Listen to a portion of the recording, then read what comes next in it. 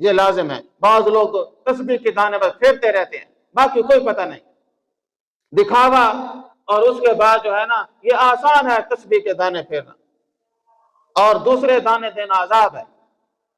تو بھئی یہ قولی عبادت تو شوق سے کرتے ہیں، باقی کوئی پتہ نہیں۔ بدنی عبادت، جسم کی عبادت، یہ ریاضت ہے، قیام اللیل۔ اب جسم تھکا ہوا ہے، اب وہ جسمانی عبادت کر رہا ہے، ساتھ قولی بھی ہے۔ روزہ بھی کیا ہے؟ جسمانی عبادت ہے۔ جہاد اور بھی بہت ساری جسمانی عبادات ہیں، تو روزہ ایک جسمانی عبادت ہے۔ آج کل تو الحمدللہ موسم ٹھنڈا ہے، بھئی اتنے کوئی زیادہ مسئلہ نہیں ہے کہ روزہ لگے زیادہ، تو پہلے تو 18 گھنٹے کے روزے رکھے، اور یہاں پہ موسم کتنا گرم ہوتا ہے تو لگ بھی پتہ جاتا ہے۔ لیکن آپ صلی اللہ علیہ وسلم نے فرمایا لِكُلِّ شَيْءٍ زَكَاةٌ وَزَكَاةُ الْجَسَدِ الصَّوْمُ، ہر چیز کی زکوٰۃ ہے، جسم کی زکوٰۃ روزہ ہے۔ جسم کی زکوٰۃ کیا ہے؟ روزہ ہے، تو روزہ زکوٰۃ ہے۔ اگر کوئی بھئی کمزوری آ بھی جاتی ہے تو پھر یہ اللہ کا شکر ادا کرے، تو یہ ساری توانائیاں بحال ہو جائیں گی، پھر دوبارہ بہار آ جائے گی۔ تو عزیز سامعین، کہنے کا مطلب یہ ہے کہ جہاں ہم نے قولی عبادت کرنی ہے وہاں جسمانی عبادت بھی کرنی ہے، جسم کی عبادت بھی ہے۔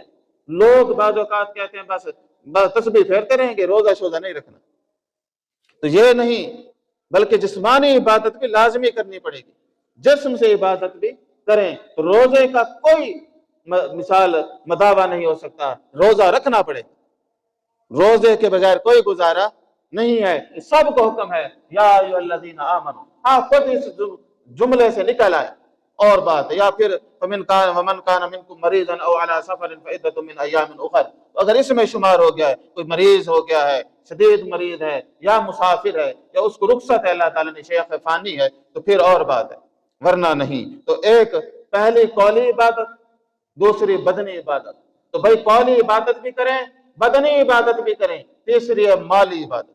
جہاں رمضان جو ہے عبادت کا مہینہ ہے وہاں سخاوت کا مہینہ ہے۔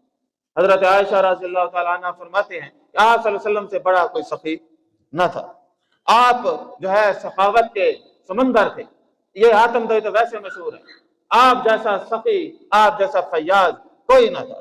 تو سخاوت کا مہینہ ہے، تو انسان جو ہے وہ لوگوں کے اوپر خرچ کرے، لوگوں کے لیے آسانیاں پیدا کرے۔ عزیز سامعین کرام، جب یہ ان تقاضوں کے مطابق کرے گا تو دیکھے گا کہ اس کے اندر ایک طاقت ہے جو خود اس کو گناہوں کے قریب نہیں لے جاتی، اس کے اندر ایسی طاقت ہے کہ وہ نیکیوں کی طرف خود لے جاتی ہے، نیکیوں کی طرف کھینچتی ہے، جس طرح مقناطیس کھینچتا ہے۔ جہاں نیکی ہوگی، جس صورت کی نیکی ہوگی، اس میں اپنا حصہ ضرور ڈالے گا۔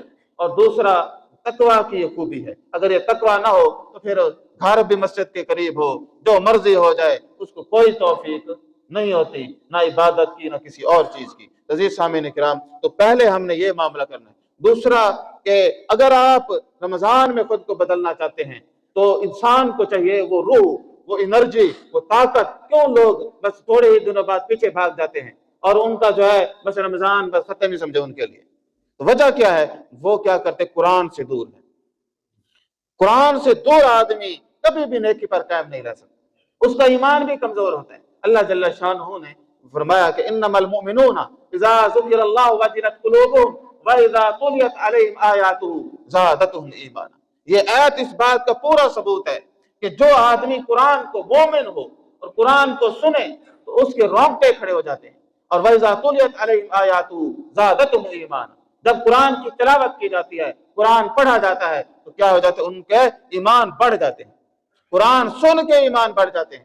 تو بھائی یہ جو لوگ ہوتے ہیں نا فصلی بٹیرے کہتے ہیں، فصلی نمازی، تو یہ قرآن سے دوری ہوتی ہے۔ اگر قرآن سے دوری نہ ہو تو پھر تو وہ اس کو پتا ہے کہ بھائی یار یہ تو میرے لیے بڑی ضروری ہے، اس لیے قرآن سنیں، قرآن کو محض صرف پڑھے نا منزل تک، بعض تو بیچارے منزل ہی نہیں کر سکتے، تو منزل کریں ترجمہ کے ساتھ، جس طرح یہاں پہ دروس ہوتے ہیں، درس قرآن، قرآن کو ترجمے سے سننا، یہ سارے سعادتیں ہیں، یہ سارے یہ جڑنے کے طریقے ہیں۔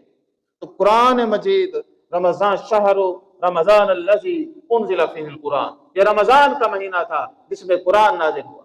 تو یہ شہر رمضان ہے، شہر القرآن ہے، شہر الصیام ہے۔ روزوں کا مہینہ بھی یہی ہے، قرآن کا مہینہ بھی یہی ہے۔ تو ہر آدمی کیا کرے؟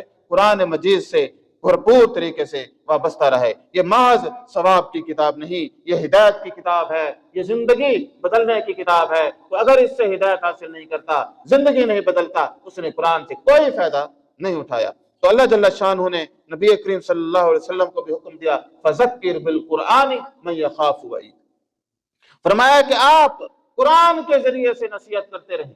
کس کے ذریعے سے؟ قرآن کے ذریعے سے، قرآن پڑھ پڑھ کر لوگوں کو سناتے رہیں۔ یا ایھا الرسول بلغ ما انزل الیک من ربک، اے پیغمبر آپ کو فرمایا گیا کہ آپ پہنچا دیں جو بھی آپ کے رب نے آپ کے اوپر نازل کیا ہے۔ فذکر بالقرآن، آپ قرآن کے ذریعے نصیحت کریں۔ من یخاف وعید، جو آدمی وعید سے ڈرتا ہے، انجام سے ڈرتا ہے، جسے اپنی فکر ہے کہ میرا آگے کیا ہوگا، اس کے اوپر اثر کرے گی، اور اس آدمی کو بھی کریں۔ سورۃ الانعام میں آتا ہے کہ فرمایا وَذَكِّرْ بِهِ أَن تُبْصَلَ نَفْسٌ بِمَا كَسَبَتْ، آپ اس قرآن کے ذریعے سے اس کو بھی نصیحت کریں، کس کو؟ میں قیامت کے دن اپنے اعمال کی سزا میں، ہلاکت میں نہ پڑ جائے۔ اس آدمی کو بھی نصیحت کریں جو آخرت میں پکڑا نہ جائے۔ بھئی آپ پکڑنا چاہتے ہیں یا آزاد ہونا چاہتے ہیں؟ کون اللہ کی پکڑ میں آنا چاہتا ہے؟ تو فرمایا اس کو جو اللہ کی پکڑ سے بچانا ہے تو ایک ہی چیز ہے، وہ کیا ہے؟ وہ قرآن کی نصیحت ہے۔ عزیز سامعین کرام، قرآن کو محض ثواب تک نہ رکھیں۔ قرآن کتاب انقلاب ہے، قرآن ایمان ہے، قرآن ہدایت ہے، قرآن سے نفع اٹھانا ہے، قرآن سے عقیدہ لینا ہے، قرآن سے یہ ساری چیزیں لینی ہے۔ بدقسمتی سے انسان موضوع اور طرف نہ چلا جائے تو یہ شریعت کو جب انہوں نے تابع کر دیا طریقت کے، تو پھر نئے نئے ڈرامے آئے۔ تو ابھی وقت نہیں ہے میں اس کے اوپر بات کروں، تو قصہ مختصر کہ اللہ تعالیٰ کو وہی آدمی پسند ہے جو اس شریعت کے تابع ہوگا۔ کس کے تابع ہوگا؟ شریعت کے تابع ہوگا، شریعت پہ عمل کرنے والا ہوگا، شریعت جو بتائے گی۔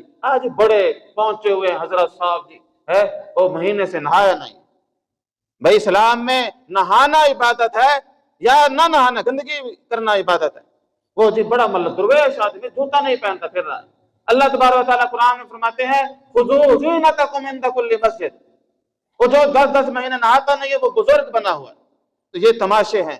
دیکھیں مثال کیا میں ان کے اوپر کہوں، ہے ایسے لوگوں پر، ایسی سوچوں پر۔ سب سے کامل آدمی وہی ہے کہ جس کا ایمان اعلیٰ درجے کا ہے، جو شریعت کا پابند ہے، جو دوسروں کو ہدایت دیتا ہے، وہ آدمی ہے یہ ڈرامے باز ہے جو شریعت کی دھجیاں اڑاتے ہیں۔ تو بس وہ جہل مطلق ہوتا ہے، وہ ولی بنا ہوا ہے۔ فرمایا کہ ولی وہ ہے وعباد الرحمن یمشون علی الارض ہونا۔ تو یہ چونکہ موضوع اور طرف جا رہا ہے تو میں یہاں پہ ایک بات بتانا چاہوں کہ انسان کی سب سے بڑی سعادت ہے کیا؟ شریعت ہے۔ کیا چیز ہے؟ شریعت ہے، اور کچھ بھی نہیں ہے۔ ہم شریعت کے پابند ہیں، اللہ نے جو اتارے اس کو ہم مانیں گے۔ عزیز سامعین کرام، تو قرآن ہے کہ جو انسان کے اندر انقلاب لے کے آ سکتا ہے۔ اس پورے معاشرے میں اگر کوئی کبھی بھی ریولوشن آیا، ایک چیز ہے، اور وہ کیا ہے؟ وہی ہے کہ وَاعْتَصِمُوا بِحَبْلِ اللَّهِ جَمِيعًا وَلَا تَفَرَّقُوا، فرقے نہیں بنانے، جماعتیں نہیں بنانے۔ یہاں تو ہر کوئی کہتے ہیں ہم سچے ہیں، کوئی فرقہ سچا نہیں ہے، اللہ کا دین سچا ہے، بس فرقوں میں دین نہیں ہے، اور نہ یہ کہ شریعت میں ان کی کوئی اجازت ہے۔ بس آدمی ایک سچا سادہ مسلمان بن کے رہے، بس وہ ہے ان الدین عند اللہ الاسلام، ہمارا دین کیا ہے؟ اسلام ہے، یہ آئیڈینٹیفیکیشن۔ اور اگر یہ کوئی ریولیوشن جب بھی آیا، تب آئے گا جب سارے لوگ قرآن کو اپنا جو ہے ہدایت کا مقصد مان لیں گے، ورنہ ختم سمجھے کہانی۔ عزیز سامعین کرام، تو رمضان میں اگر کوئی سعادت حاصل ہوگی تو قرآن سے ہوگی۔ قرآن انقلابی کتاب ہے، یہ ایک ریولیوشنل کتاب ہے۔ اس کے اندر ہر طرح کے معاملات اللہ نے بیان کیے ہیں۔ ہر ذہنی سطح کا انسان جو ہے اس سے سعادت حاصل کر سکتا ہے، لیکن وہ ہدایت کی نیت سے اور خشوع اور اخلاص کی نیت سے اس کو پڑھے گا۔ تو قرآن کو محض پڑھیں، پہلے تو آپ اس کی نص پڑھیں، ترجمہ پڑھیں، تفسیر نہ پڑھیں، بس ترجمہ پڑھیں۔ آپ دیکھیں کہ قرآن کیا کہتا ہے، خود قرآن کیا کہہ رہا ہے، آراء کو بعد میں دیکھیں۔ جب آپ کو یہ پتہ چل جائے کہ بھئی یہ جو ہے نا قرآن یہ کہہ رہا ہے، حضرت صاحب یہ کہہ رہے ہیں، ان دو باتوں میں فرق ہوگا، پھر آپ کو چیزیں سمجھنے میں آسانی ہو جائے۔ بعض اوقات کسی کی رائے کو وہ قرآن سمجھ لیتا ہے، تو اس کی کوئی ضرورت نہیں ہے۔ قرآن کی اپنی ایک اسٹیٹمنٹ ہے، اس کو آپ فائنل کریں، باقی کی کوئی نہیں، باقی آراء ہیں ان کا کیا ہے۔ عزیز سامعین کرام، تو ایک یہ کہ انسان روزے کو اس کے تقاضے کے مطابق کرے۔ قرآن شہر القرآن شہر الصیام ہے۔ تیسری بات یہ ہے کہ اللہ جل شانہ نے جو احکامات صوم ہیں قرآن مجید میں سورہ بقرہ کی 23ویں رکوع میں بیان کیے ہیں۔ ایک آیت رکوع کے اندر کھڑی ہے، پہلے بھی احکام ہے، صوم ہے، روزے کے احکام ہے، بعد میں بھی، درمیان میں ایک آیت ہے، اتنی شاندار آیت ہے کہ اس کے اوپر پورا ایک جمعہ انشاءاللہ میں پڑھاؤں گا۔ وَإِذَا سَأَلَكَ عِبَادِي عَنِّي فَإِنِّي قَرِيبٌ أُجِيبُ دَعْوَةَ الدَّاعِ إِذَا دَعَانِ۔ تو عزیز سامعین کرام، اللہ جل شانہ نے فرمایا کہ میرے بندے میرے بارے میں پوچھتے ہیں، تو فرمایا کہ ان کو یہ کہہ دو فَإِنِّي قَرِيبٌ۔ اللہ نے خود جواب دیا، سوال رسول اللہ صلی اللہ علیہ وسلم سے تھا، جواب اللہ نے دیا، فَإِنِّي قَرِيبٌ، میں قریب ہوں، أُجِيبُ دَعْوَةَ الدَّاعِ إِذَا دَعَانِ، اور میں ہر پکار کرنے والے کی پکار کو میں سنتا ہوں، سنتا نہیں قبول فرماتا ہوں۔ عزیز سامعین کرام، تو انسان کی بے شمار خواہشات ہوتی ہیں، اس کے جذبات ہوتے ہیں، اور وہ اپنی زندگی کی جو ہے محور میں ہوتا ہے، تو فرمایا کہ تم کیا کرو، ہر چیز کس سے مانگو؟ اللہ تعالیٰ سے۔ جب تم سارا دن اسی کی عبادت میں لگے ہوئے ہو، سارا دن روزے کی حالت میں، قیام کی حالت میں آپ نے 24 گھنٹے گزار دیے، تو پھر فرمائشیں کسی اور سے کرو گے؟ اسی ذات سے کرو۔ اور پھر جو ہے نا اللہ تعالیٰ سے ویسے بھی بڑھا چڑھا کے مانگنا چاہیے۔ تو بعض اوقات انسان نا وہ اپنی حیثیت دیکھ کے مانگتا ہے، تو پھر اس کو کوئی فائدہ ہی نہیں ہے، تو وہ اللہ کی شان دیکھ کے مانگے، جو مرضی مانگے، اس کے خزانے میں کمی ہو، دینے پہ ہے تو آپ کو بھی دے دے گا۔ وہ جب فیصلہ کرتا ہے تو جتنے لوگوں کے پاس دولت ہے ساری عقل کی وجہ سے، محنت کی وجہ سے نہیں، جب فیصلہ کرتا ہے تو آنا شروع ہو جاتی ہے، جب وہ فیصلہ کرتا ہے نہیں دینی، پھر بڑے بڑے عقلوں والے بھی ڈھیر ہو جاتے ہیں۔ یہ بعض اللہ تعالیٰ کی عطا ہے، اللہ تعالیٰ سے بے دریغ مانگ، لیکن اس کے بھی اخلاق اور آداب ہیں، تو اس میں خود اللہ تعالیٰ نے سکھایا بھی صحیح کہ کس طرح مانگنا ہے۔ دعائیں قرآن مجید میں کتنی ہیں، بے شمار ہیں، وہ ہیں، طریقہ بھی ہے، وَادْعُوا رَبَّكَ تَضَرُّعًا وَخُفْيًا۔ آپ نے جب بھی اللہ تعالیٰ سے مانگنا ہے، دو باتوں کو خیال رکھنا ہے، یہ اکثر کو تو پتہ ہی نہیں ہے۔ فرمایا قرآن مجید میں 3-4 جگہوں پہ یہ مسئلہ بیان ہوا ہے، آداب دعا بھی اللہ نے سکھایا ہے۔ فرمایا جب بھی اللہ تعالیٰ کو پکارنا، کس طرح پکارنا؟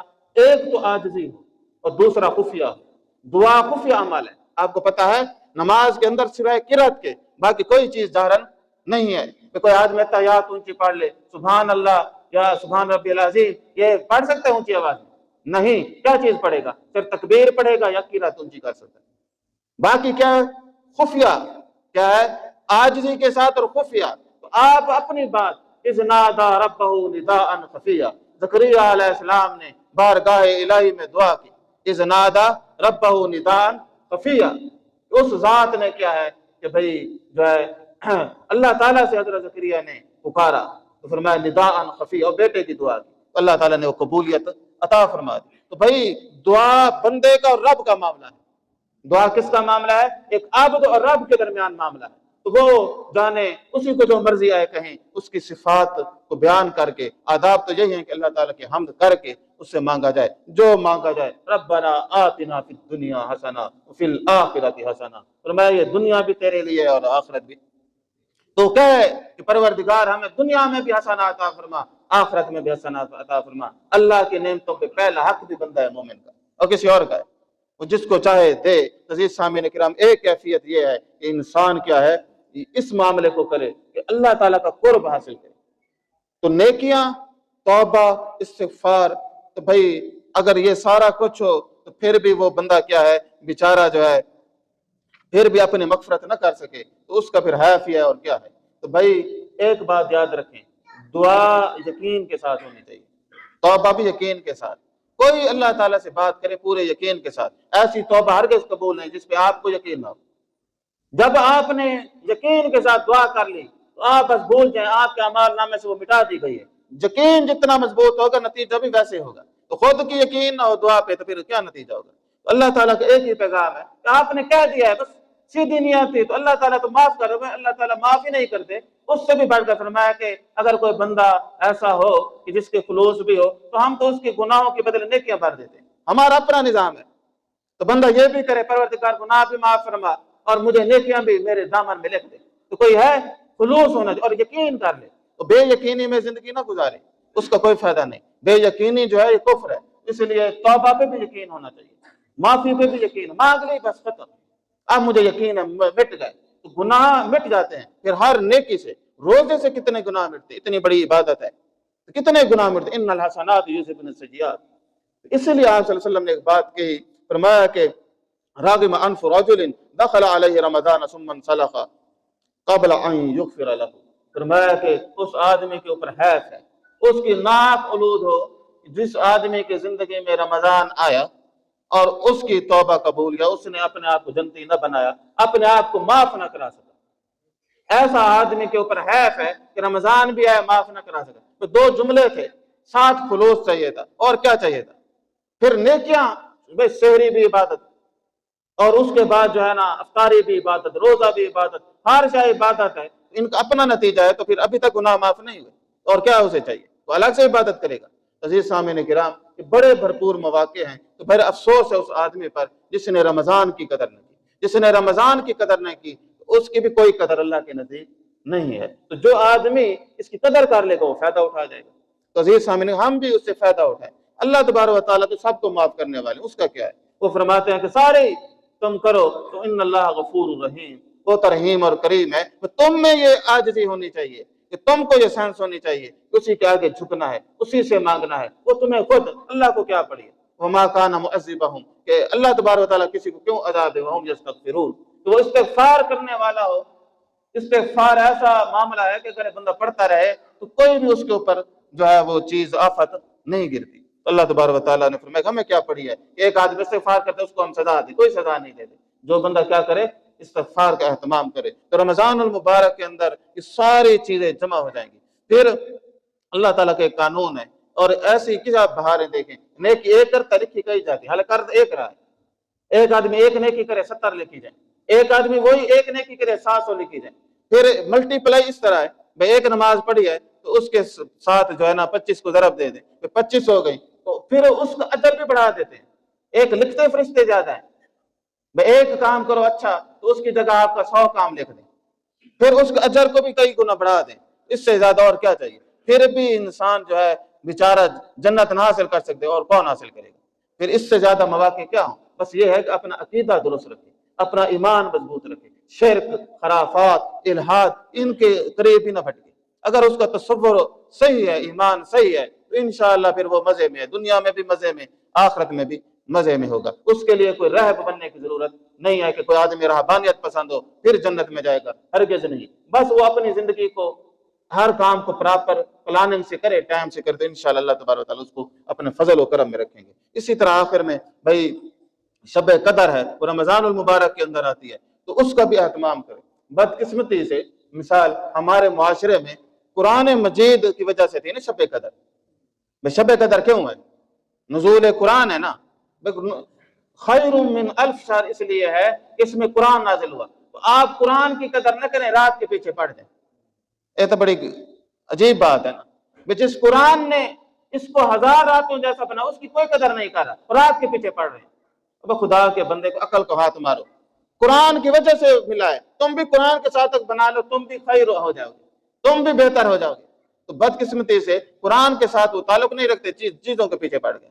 تو بھائی اگر لیلۃ القدر ہو تو پھر اس میں کیا ہے، انسان ایسا طریقہ بنا لے، چونکہ اب یہ موضوع نہیں، میں آگے جا کے تفصیلاً بیان کروں گا، تو اس میں یہ ہے کہ اپنے رات میں کچھ نہ کچھ وقت ضرور نکالے تلاوت قرآن مجید کا، قیام اللیل کا اور عبادت کا، جس میں انسان جو ہے اپنی بندگی کا بھرپور جو ہے انداز اختیار کرے۔ اور اسی طرح رمضان اس کا کوئی ذاتی مسئلہ نہیں، یہ ایک اجتماعی معاملہ ہے، تو کوشش کرے گھر میں بھی رمضان کا ماحول بنائے، بچوں کو بھی موٹیویٹ کریں، چھوٹے چھوٹے بچوں کو جبرن روزے بھی نہ لگوائے، جس طرح بعض لوگ ہوتے ہیں ایکسٹریمزم میں، تو بھائی کوئی ضرورت نہیں ہے، وہ جب توڑیں رکھ دیں بس، ان کو کوئی مسئلہ نہ، ان کی قضا ہے۔ بچوں کے اوپر روزے کی کوئی قضا نہیں ہوتی جب تک وہ بالغ نہ ہو۔ ہاں رکھ لیتے ہیں تو بس آپ دیکھیں اور ان کو انعام دے دیں، موٹیویشن کریں، یہ اور بات ہے، لیکن جبری طور پر رکھوانا اور پھر وہ روزہ جب کہے توڑوا دیں تو اس میں کوئی حرج نہیں ہے۔ اس کو کہیں پہ چلو ٹھیک ہے رکھ لیا، گھنٹے بعد کہیں چھوڑ دیں، کچھ نہیں ہوتا۔ تو ایسا آپ گھر میں قرآن مجید پڑھیں اور بچوں کو بھی پڑھائیں، کوئی نہ کوئی اچھی بات آپ سنائیں، تو یہ بھی ایک گھر کے اندر ایک اچھا ماحول ہے۔ پھر ہے کہ اس کی ایک روحانیت ہے، اس کا بھی فیض ہوتا ہے، اور ویسے بھی بچوں کو رمضان میں شوق ہوتا ہے عبادتوں کا، چیزوں کا، لڑکیوں کو کھانا پکانے کا، تو اس طرح سے پھر ہے تو انسان کی خوش قسمتی ہے کہ اپنے گھر والوں کو رزق حلال کھلائے، یہ بڑی بات ہے۔ تو یہ جو ہے رزق حلال عین عبادت ہے۔ تو بھائی اگر ہم نے یہ کوششیں اور کاوشیں کی تو انشاءاللہ جو ہے نا ہم جو ہے اللہ تبارک و تعالیٰ کے ہاں سرخرو ہو جائیں گے۔ کہ بھئی بندہ روٹین اب پریکٹیکل لائف ہے نا، ہم کو راہب تھوڑے ہیں، ہر آدمی کی نوکری ہے، کاروبار ہے، تجارت ہے، بس وہ اپنے ذمے کے کام جو اللہ نے کیے ہیں وہ ادا کرتا ہے، روزہ رکھ سے نوکری کرے، تجارت کرے، بس اس کے اصولوں کو مد نظر رکھے، نماز نہ چھوڑے، نماز پڑھے، بس قرآن مجید وقت لگے وہ قرآن مجید پڑھے، 5-10 منٹ صبح پڑھ لے جب موقع لگے، اسی طرح ذکر کر لے، اور پھر کیا ہے اپنے حلال رزق میں سے کیا کرے، تھوڑا بہت خرچ کر دے۔ اور مثال یہ بھی ہو سکتا ہے حالات صحیح نہیں ہے، بعض اوقات حالات صحیح نہیں تو کوئی مسئلہ نہیں ہے، تو پھر بھی آپ کے پاس بڑے مواقع ہیں، کسی سے مسکرا لینا، مسکرا کے مل لینا، اچھا اخلاق یہ بھی صدقہ ہے، یہ بھی کیا ہے صدقہ ہے، اور انسان کسی کو دعا دے دیتا ہے یہ بھی صدقہ ہے، کسی کے لیے آسانی پیدا کرتا ہے یہ بھی صدقہ ہے۔ سارے پیسوں والے صدقے نہیں ہیں، صدقے کے مختلف راستے ہیں، کوئی آپ انسانیت کے لیے اچھا کام کرتے ہیں وہی صدقہ ہے۔ تو اس کی ڈھیر ساری مثالیں ہیں، تو انشاءاللہ وقت بھی ختم ہو گیا ہے، تو بھائی ہر آدمی اس وقت کو قیمتی بنائے اور ضائع نہ کرے۔ مثال ممکن ہے کہ اگلے رمضان میں ہم میں سے کتنے لوگ ہیں جو نہ ہوں، تو اس لیے پھر انسان جو ہے یہ گولڈن چانس ہے، اس کو بہتر کرنے کی کوشش کرے۔ اللہ تبارک و تعالی ہمیں بھی، ہم پر بھی رمضان کی رحمتیں، برکتیں، مغفرتیں، عطائیں اور بخششیں سب کچھ ان کی بارشیں کرے، اور اللہ تبارک و تعالی ہمیں توفیق عطا فرمائے کہ ہم اس کو با مقصد بنا لیں۔